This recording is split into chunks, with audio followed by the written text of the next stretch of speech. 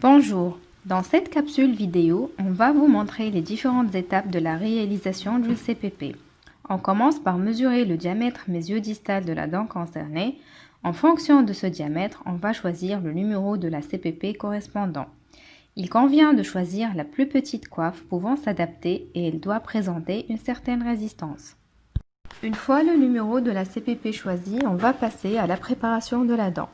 Il s'agit d'une préparation à minima qui épargne les faces vestibulaires et linguales. On commence par réduire la face occlusale de 1 à 1,5 mm à l'aide d'une fraise diamantée. Les faces proximales, quant à elles, sont éliminées à l'aide d'une fraise L1 Une fois la préparation de la dent terminée, il faut arrondir les angles occluso-vestibulaires et occluso-linguaux et éliminer les angles vifs. Il ne faut pas préparer les faces vestibulaires et linguales pour profiter de la morphologie externe des molaires temporaires et augmenter la rétention de la CPP. La limite de la préparation est les juxtages gingivales. L'essayage de la CPP se fait en l'insérant avec un mouvement de bascule de la face linguale vers la face vestibulaire. C'est l'effet de bouton de pression.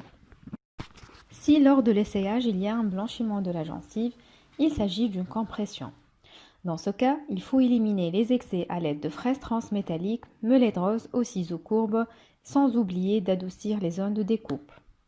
L'étape suivante est l'étape du boutrelage. Il s'agit de redonner la convexité à la face vestibulaire et linguale pour un meilleur sertissage de la dent et une augmentation de la rétention. Elle se fait à l'aide d'une pince à boutreler en pinçant la coiffe vers l'intérieur sur tout le pourtour de la région cervicale. Pour le scellement, il faut isoler la dent, dégraisser la CPP à l'alcool, ensuite la remplir aux 2/3 et la présenter du côté lingual vers le côté vestibulaire. Le scellement se fait à l'orthophosphate de zinc au niveau des dents traitées endodontiquement et au ciment vert et ionomère pour les dents pulpées. Finalement, il faut éliminer les excès du ciment de scellement et vérifier la bonne insertion de la CPP.